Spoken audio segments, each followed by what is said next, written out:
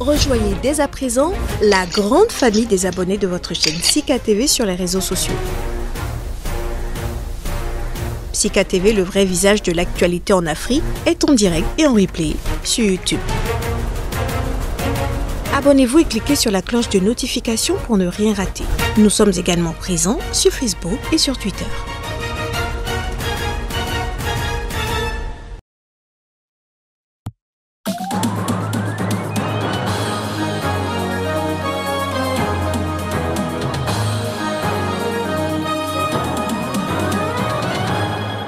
Cérémonie d'hommage aux victimes du 11 septembre 2001 aux États-Unis. 20 ans après les pires attaques subies par le pays, Joe Biden a appelé les Américains à l'unité dans un message vidéo publié à la veille de cette commémoration.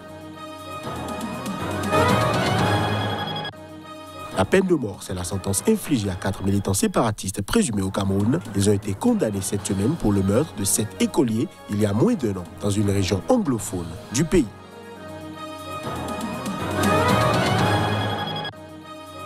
Le milliardaire marocain Aziz Akanouche, décrit comme proche du palais royal, a été nommé vendredi chef du gouvernement par le roi Mohamed VI. C'est après le triomphe de son parti libéral aux élections législatives.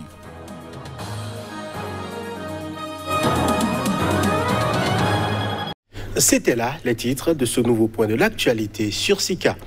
Des proches invités et membres de l'association Friends of Flight 93 ont rendu hommage aux 40 passagers et membres d'équipage du vol United Airlines 93 qui sont morts le 11 septembre 2001 lorsque l'avion s'est écrasé dans un champ près de Chunksville en Pennsylvanie après avoir été détourné par des terroristes. Joe Biden a appelé les Américains à l'unité, notre plus grande force, dans un message vidéo publié à la veille de la commémoration des 20 ans du 11 septembre.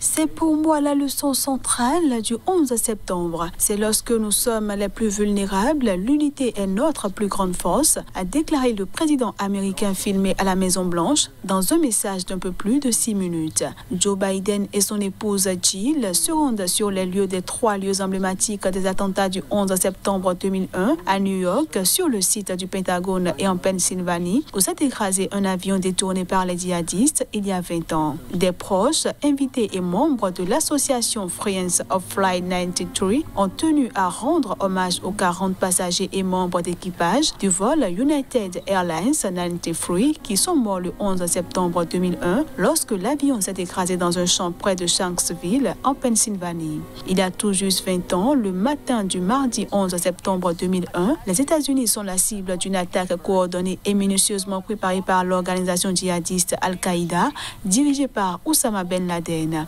Elle frappe New York et le Pentagone près de Washington, symbole de la puissance économique et militaire de l'Amérique. Ces attentats, les plus meurtriers de l'histoire avec 2977 morts, furent conduits par 19 pirates de l'air, également tués dans les attaques, qui détournèrent 4 avions de ligne partis d'aéroports de la côte Est Boston, Washington et Newark à destination de la Californie. Personne à bord des 4 avions ne survécut. À la Cour pénale internationale, Charles Blé Goudet a réclamé plus de 800 000 € de compensation pour les années passées à La Haye avant son acquittement. Dans une requête déposée ce jeudi sur le bureau des juges, il a demandé des réparations pour erreurs judiciaires graves et manifestes.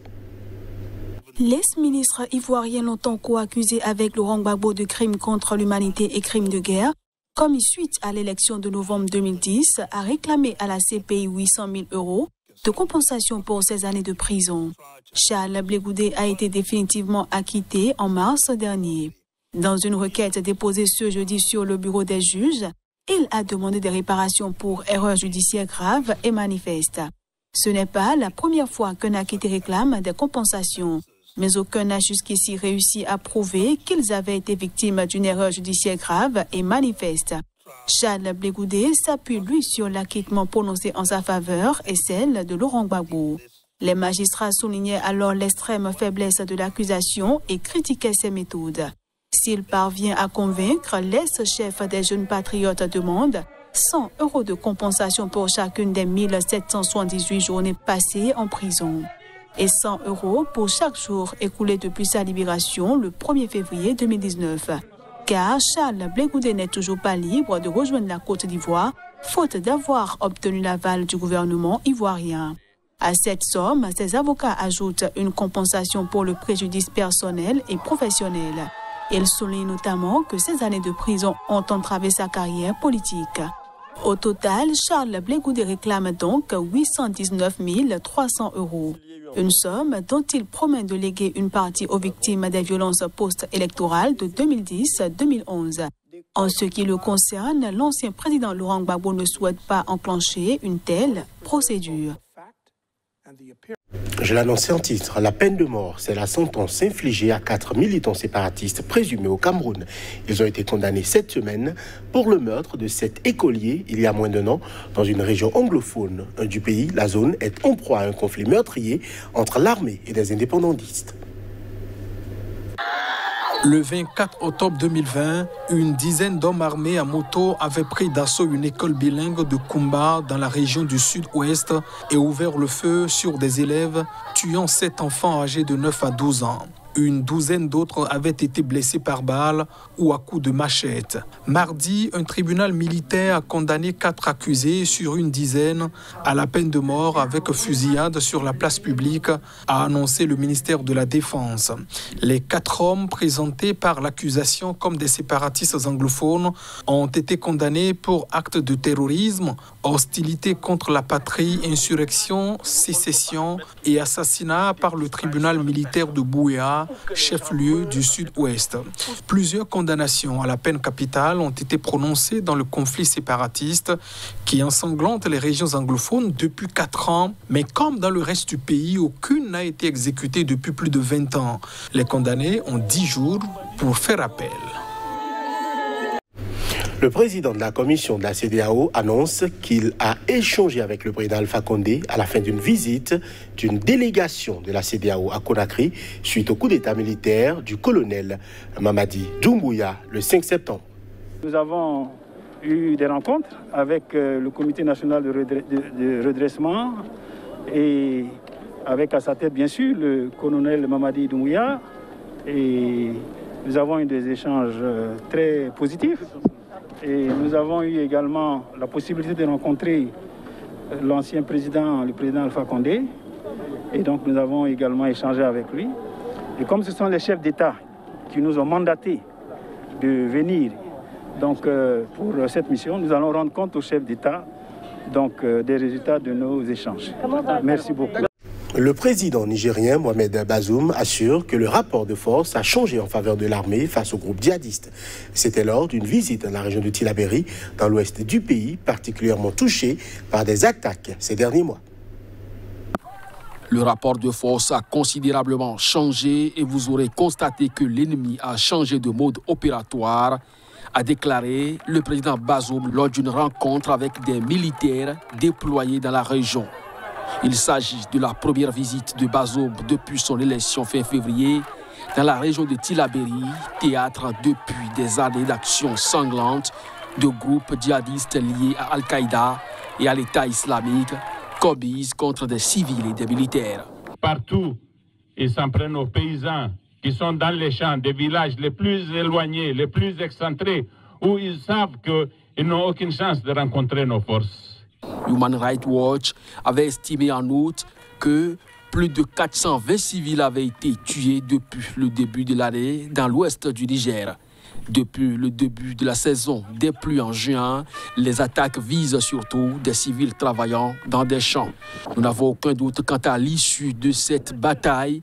Nous en avons gagné une partie. Nous la gagnerons en totalité, a déclaré Bazoum, reconnaissant que depuis 2015, la situation dans la région n'a eu de cesse de se dégrader. Bazoum doit se rendre ce samedi dans la zone d'Anzourou, un peu plus au nord du Niger, où de nombreux civils ont été tués depuis 2020. Le milliardaire marocain Aziz Akanouche, décrit comme proche du Palais Royal, a été nommé vendredi chef du gouvernement par le roi Mohamed VI. C'est après le triomphe de son parti libéral aux élections législatives au détriment des islamistes au pouvoir. Le monarque a reçu vendredi au Palais Royal à Fès Aziz Akanouche, que le souverain a nommé chef de gouvernement et l'a chargé de former le nouveau gouvernement conformément aux dispositions constitutionnelles selon un communiqué de la Maison royale. Grand vainqueur du scrutin, son parti, le Rassemblement national des indépendants, a remporté 102 sièges des 395 de la Chambre des représentants. Il est arrivé loin devant le Parti de la justice et du développement, islamiste modéré, qui s'est effondré avec seulement 13 élus selon les résultats du ministère de l'Intérieur après le dépouillement de l'ensemble des bulletins. Le RNI est présidé depuis 2016 par Akanouch, une des premières fortunes du royaume qui pèserait 2 milliards de dollars selon le magazine Forbes. Le nouveau chef du gouvernement était ministre de l'Agriculture, un portefeuille clé au Maroc depuis 2007. Ce parti, considéré proche du palais, a pris part à toutes les coalitions gouvernementales depuis 23 ans, sauf pendant une brève période entre 2012 et 2013. Pour la première fois, les quelques 18 millions d'électeurs marocains ont choisi leurs 395 députés le même jour, mercredi, que leurs représentants communaux et régionaux. Le parti islamiste était à la tête du gouvernement au Maroc depuis 2011, dans le sillage du printemps arabe, sans contrôler les ministères clés. Au lendemain du scrutin, sonné, le PJD a qualifié les résultats du scrutin d'incompréhensibles, illogiques et ne reflétant pas la position du parti sur l'échiquier politique. Les islamistes ont fait état de graves irrégularités dans la distribution obscène d'argent à proximité du bureau de vote et des confusions sur certaines listes électorales, des citoyens n'y trouvant pas leur nom. Dans ce royaume de 36 millions d'habitants, une nouvelle constitution adoptée en 2011 accorde de larges prérogatives au Parlement et au gouvernement. Au Togo, églises, mosquées et temples vaudous seront fermés pendant un mois. Ainsi en a décidé le gouvernement face à l'inquiétante flambée de la pandémie de Covid-19 dans le pays. La mesure est entrée en vigueur ce vendredi. Les autorités togolaises ont pris une série de mesures comme l'interdiction des célébrations de mariages civils, religieux et traditionnels et de toutes les manifestations culturelles, sportives et politiques pour un mois. Les funérailles sont également interdites et les grands bars, discothèques et boîtes de nuit doivent fermer leurs portes. Au cours de cette même durée, les églises, mosquées et temples vaudous resteront aussi fermés. Face à l'inquiétante flambée de la pandémie, le gouvernement tient à rappeler que toutes les mesures restrictives restent en vigueur, a déclaré l'exécutif dans un communiqué diffusé jeudi soir. Tout contrevenant à ces mesures s'expose à des sanctions conformément aux lois et règlements en vigueur. Les frontières terrestres du pays sont fermées depuis mars 2020. Le Togo compte 23 264 cas, dont 203 décès, selon les chiffres officiels publiés jeudi soir. Les centres de prise de malades de coronavirus sont totalement saturés.